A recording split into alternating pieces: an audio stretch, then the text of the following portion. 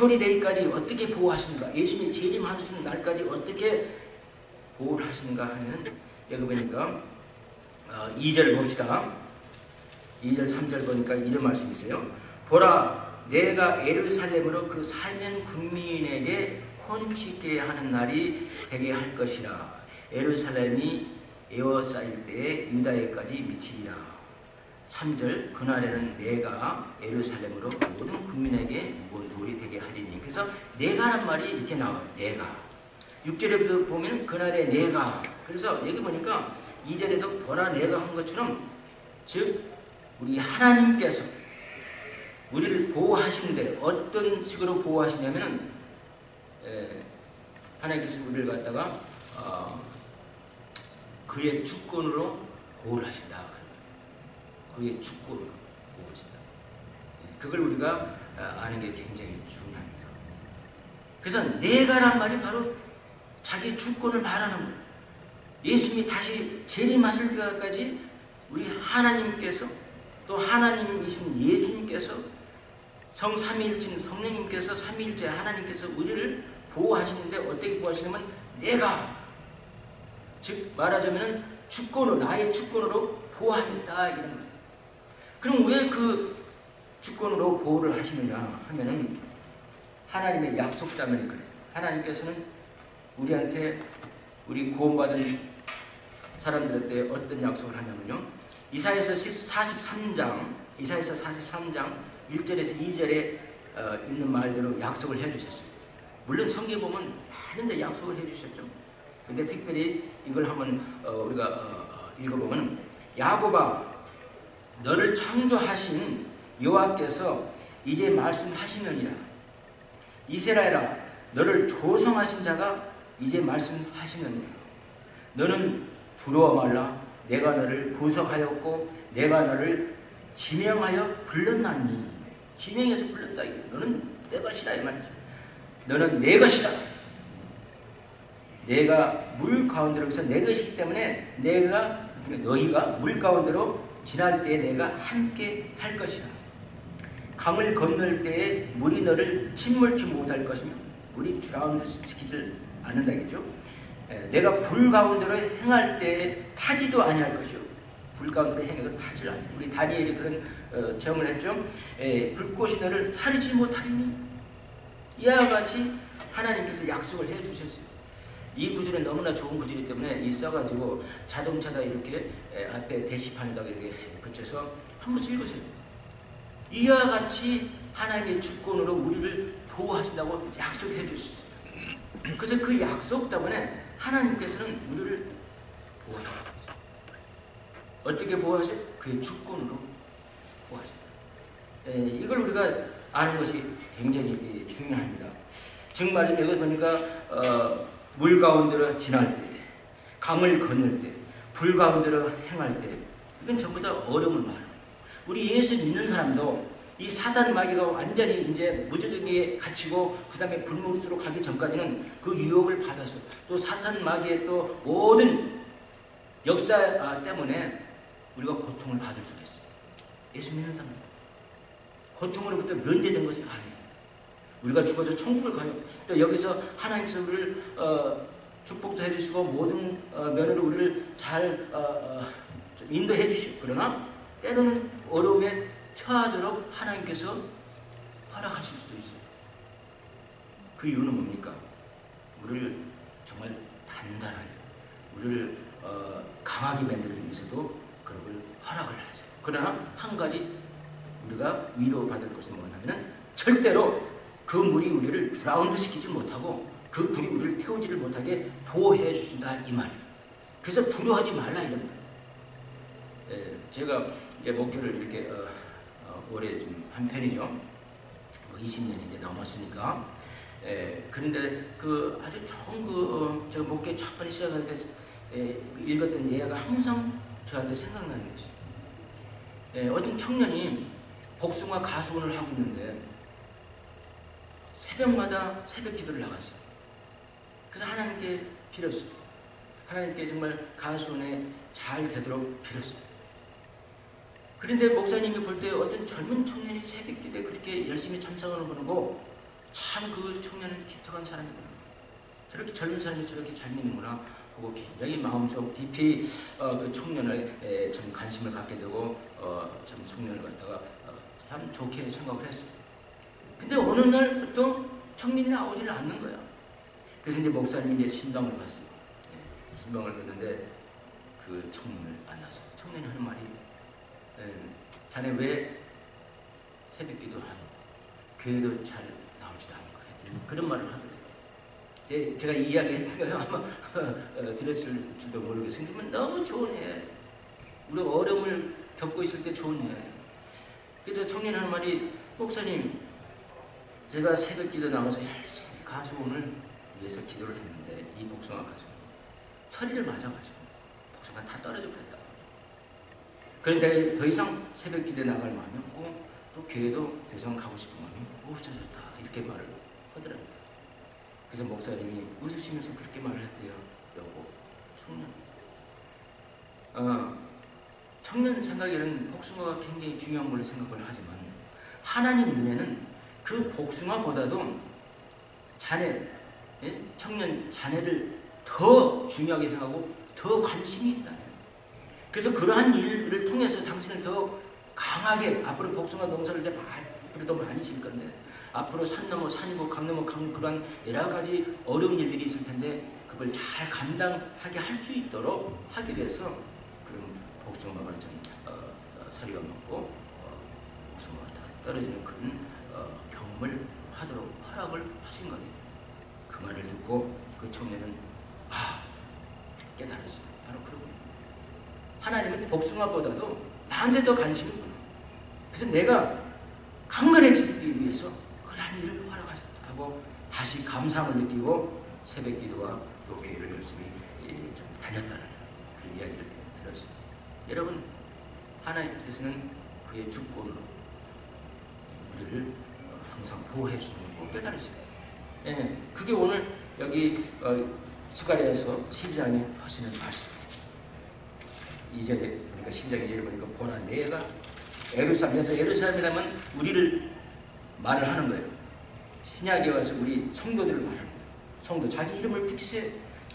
보라 내가 예루살렘 할 때 자기 이름을 붙여서 보라 내가 아무개로 삼은 국민께 헌치게 하는 자녀 되게 할 것이라. 또 3절에 보니까 그날에는 내가 예루살렘을 혹시 성도를 말합니다. 모든 국민에게 부분들이 되게 하리니. 이렇게 그 다음에 또 4절에도 여호와가 말하노라 그날에 내가 전부 다 내가 보세요. 또 우리 6절에도 그날에 내가 유다 두목들로 나무 가운데 하루 같게 하며 뜨거운 불 하루 같게 하며 이렇게 말했어요. 그래서 하나님께서는 우리를 갖다가 항상 예수님이 다시 오시기 전까지는 우리를 내버려 주시는 게 아니라 보호해 주신다 이런 거예요. 어려움이 있더라도 그 어려움도 사실 하나의 보호의 방책에 하나님의 그 보호 방책 계획에 들어갈 수도 있는 거예요. 우리를 더 강하게 만들고 있을 거예요. 마치 여기서 주권이란 말, 내가 이 주권적으로 보호한다는 그 뜻은 무슨 뜻이냐면 마치 부모가 자식들한테 말합니다. 걱정 마라, 두려워 마라, 내가 너를 보호하리라 이런 뜻이나 마찬가지죠. 또 남편이 아내에게 걱정 마라, 내가 당신을 보호해주라 이러면 그게 바로 주권적인 보호를 말합니다. 우리 하나님이 스스로 직접적으로 간섭하고 계획하셔서 보호하겠다 이런 말이에요. 그 말을 믿으십시오. 우리 부부 뭐 대회 같은 거 이렇게 텔레비 보면 가끔 하잖아요. 그럴 때 이제 남편이 자기 아내한테 노래하는 그 노래가 있어요. 그 노래가 이런 노래 들어보셨어요? 제가 노래는 안 하겠습니다. 왜냐면 유행어 한다고 또 싫어할 수도 있으니까. 그러나 그 가사는 유명한 조은파 선생이, 시쓰는 조은파 선생이 진 걸 갖다가 곡조를 붙여서 말하는데 남편이 아내한테 말하는 거예요. 젖은 손이 애처로워 살며시 잡아본 순간 거칠어진 손마디가 너무나도 안타까웠소. 시린 손끝에 뜨거운 정성, 고이 적어 다져온 이 행복, 여민 옷깃에 스미는 바람, 땀방울로 씻어 온 나를 들 나는 다시 태어나도 당신만을 사랑하리라. 들어보셨어요? 예. 미운 투정, 고운 투정 말없이 웃어넘기고 거울처럼 마주보며 살아온 꿈같은 세월, 가는 세월의 고운 얼굴은 잔주름이 하나둘 늘어도 내가 아니면 누가 살피랴. 나 하나만을 믿어온 당신, 나는 다시 태어나도 당신만을 사랑하리라. 하나님께서 좀 육체가 돼서 이 세상에 오셨어요. 그분이 바로 예수님입니다. 그리고 성경에 보니까 그 예수님은 우리의 신랑이 되어주신다고 그랬어요. 우리는 예수님의 신부입니다. 그래서 남편이 아내한테 이 바치는 이 노래처럼, 이 가사처럼, 이 시처럼 우리 예수님께서도 우리한테 그렇게 보호해 주십니다. 내가 있으니까 걱정하지 마라. 여러분 힘들고 어려울 때 꼭 그렇게 해보세요. 하나님께서는 우리를 신부로 보시기 때문에 신랑 예수님께서 우리를 죽고는 쪽으로 보호하셔 주신다는 것을 믿으시기 바랍니다. 자, 그 다음에 두 번째로 어떻게 우리를 보호해 주냐면요. 2절 3절에 또 있어요. 즉 두 번째는 적을 파멸시켜서 우리를 보호해 주신다 그랬어요. 우리를 침략하고 우리를 어렵게 하는 사람들이요, 다 대부분 하나님으로부터 벌을 내림을 받든지가 안 받는다. 물론 안 받을 수도 있어요. 그러나 우리는 천국 가서 다 계산해서 하나님께서 상으로 주신다.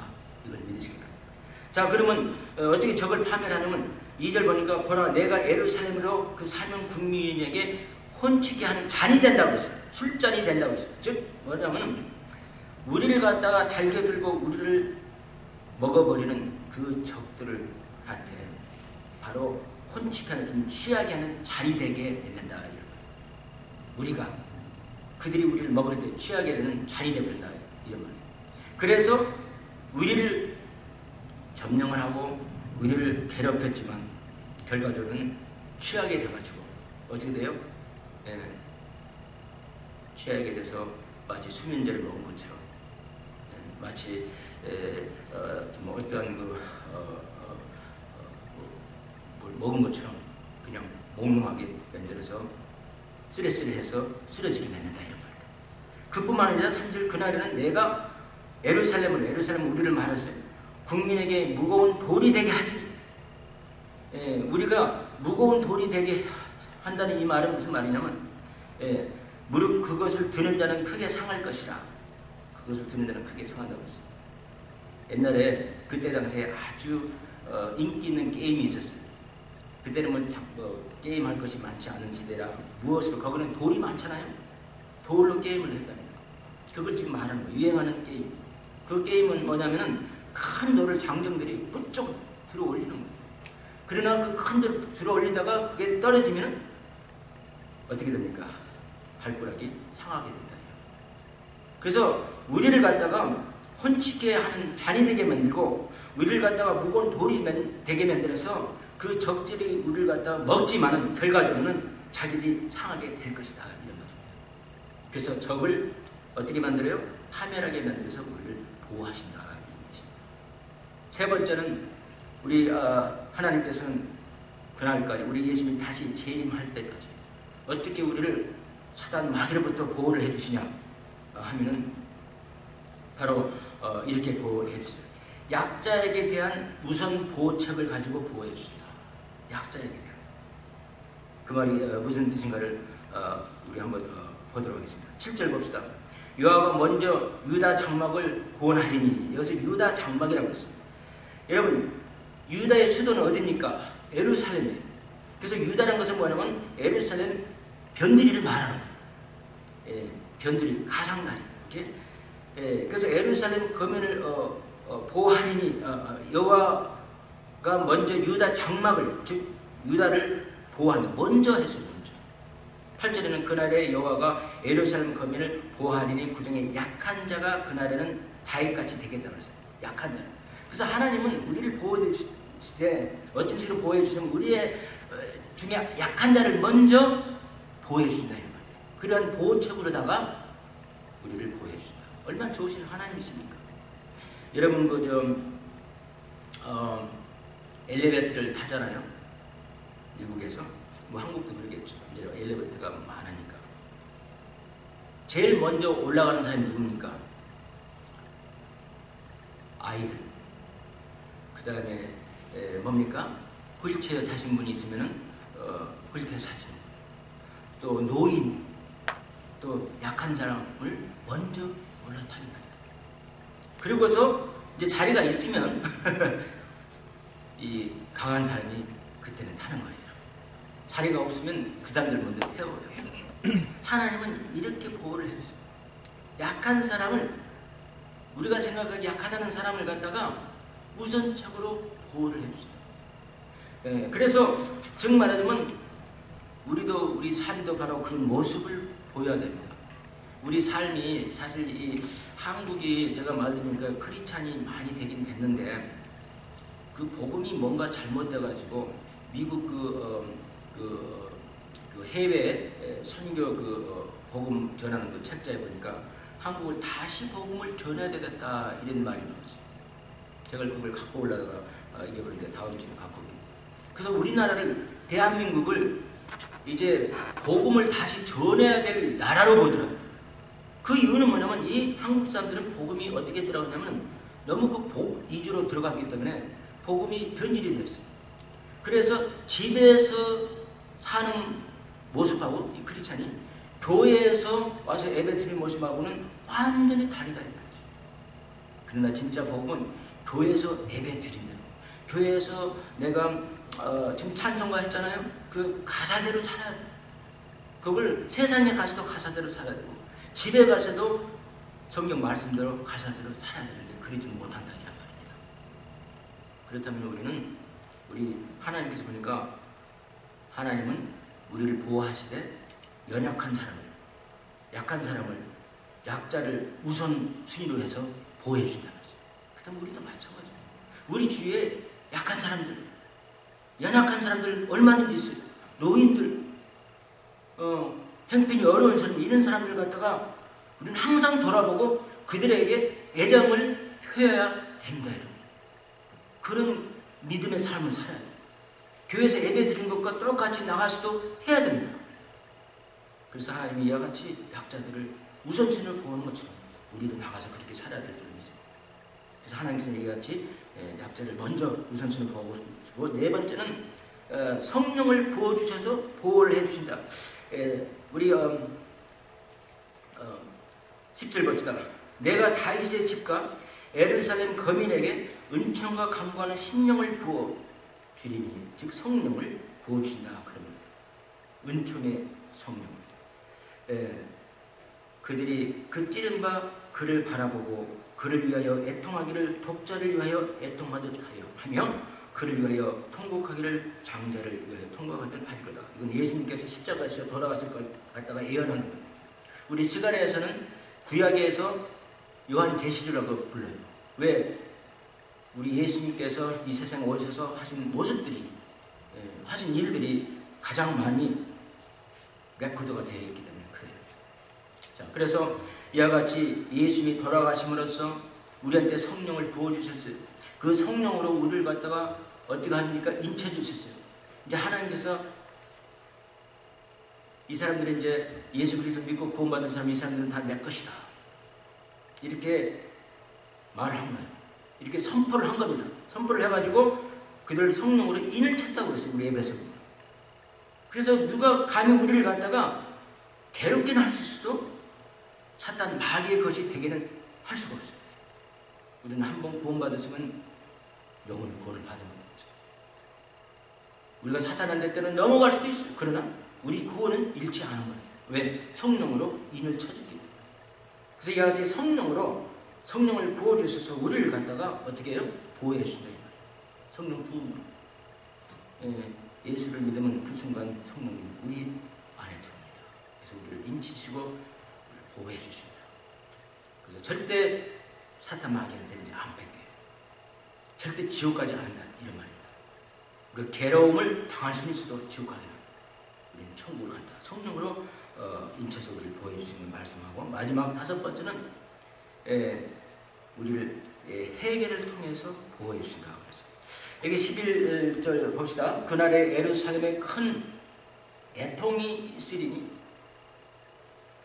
무기또 골짜기 하다들이 문에 있던 애통과 같을 것이다. 애통이란 말이 많이 나왔잖아요.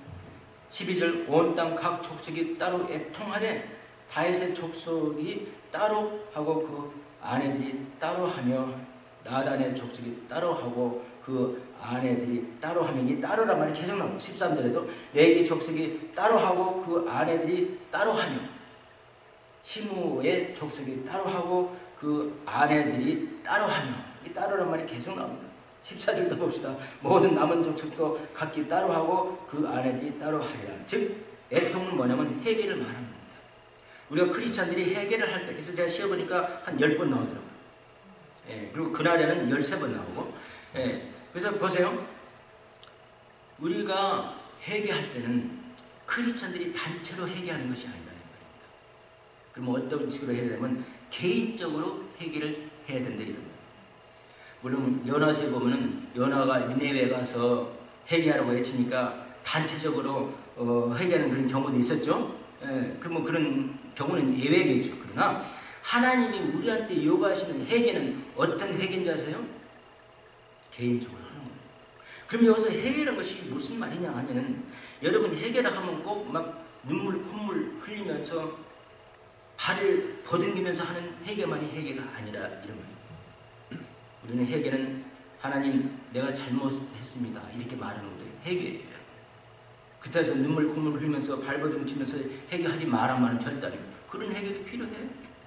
그러나 우리 회개는 개인적으로 하나님, 나는 죄인입니다. 나는 잘못했습니다. 나의 죄를 용서해 주십시오 하면 즉각적으로 하나님께서 그 회개를 받으시고 용서해 주신다. 그래서 회개를 하는 자들은 하나님께서 항상 그들을 어떻게 해요? 보호해 주신다 이런 말. 보호해 주신다 이런 말. 회개하는 자들은요 하나님의 보호가 있습니다. 우리 부흥회 때 나가서 보면은 옆에 사람이 회개하니까 자기도 해. 옆에 사람이 우니까 자기도 울고, 옆에 사람이 앞으로 나오니까 회개 나오니까 자기도 나오고. 그런 회개는요 하나님이 기뻐하시잖아요. 오직 회개는 자기 각자가 자각해서 내가 죄인이구나, 내가 하나님께 잘못했구나 하는 그 마음에서 회개하는데, 이러면 여기 앞으로 안 나올 수도 되고, 그걸 모아놨다가 한꺼번에 뭐 해야 되는 것도 아니고, 회개는 그때그때 즉각 내가 죄를 질 때마다 믿는 사람들의 특징이 뭐냐면 회개하는 거예요. 간단하게 주님 잘못했으면 용서해 주시오. 그리고 한 가지는 그때서 회개하지 말란 말이 아니고, 로마서 8장 26절에 보니까 우리가 회개할 것을 잊어버려도 때로는 우리가 또 모르고 짓는 죄도 있잖아요. 해더라도 말할 수 있는 탄식으로 성령님께서 그들 위해서 대신 기도해 주신다고 했어요. 믿으시니까 여러분 회개하는 자는 복이 있습니다. 우리 마태복음 5장 4절 보니까 심령에 회개하는 자는 복이 있나니 저희가 뭡니까? 위로를 받을 것이요 그랬어요. 즉 애통하는 자는 복이 있는 자. 마태복음 5장 4절. 애통하는 자는 복이 있다. 애통 즉 회개를 말합니다. 애통하는 자는 복이 있나니 저희가 위로를 받는다. 회개로 우리 하나님께서 보호해 주신다. 그래서 이제 예수님이 오시기 전까지, V-Day 전까지 우리 하나님께서 우리를 어떻게 보호해 주시냐 하면은 그의 주권으로 우리를 보호해 주시고, 또 우리 적들을 파멸을 시키심으로 우리를 보호해 주시고, 우리가 그들에게 취한 잔이 되고 그들에게 무거운 돌이 된다 이런 말이에요. 잔에 취하면은 쓰러집니다. 내가 정복했다고 생각하는데 결과는 내가 쓰러지만, 무거운 돌을 들었는데 결과는 그건 놓자마자 무슨 일이 있습니까? 발톱이 다치는 일, 발가락이 다치는 일이 생깁니다. 이렇게 적들을 파멸시켜서 보호해 주시고, 그 다음에 약자를 우선순위로 하는 그런 보호로 우리를 보호해 주시고, 약한 자들은 제일 먼저 보호를 받는다. 성령을 부어서 우리를 성령으로 인쳐서 항상 보호해 주시고 절대 사탄 마귀한테 뺏기지 않으세요. 그리고 우리의 회개를 통해 우리를 보호해 준다는 약속이 오늘 스가랴서 12장에 있습니다. 하나님의 그 보호의 약속을 여러분 믿으시고 정말 가슴 피고 정말 용기를 가지고 이 세상을 살아가시기 바랍니다. 비록 어려움이 있더라도 걱정하지 마세요. 하나님께서 우리를 보호하십니다. 기도하겠습니다.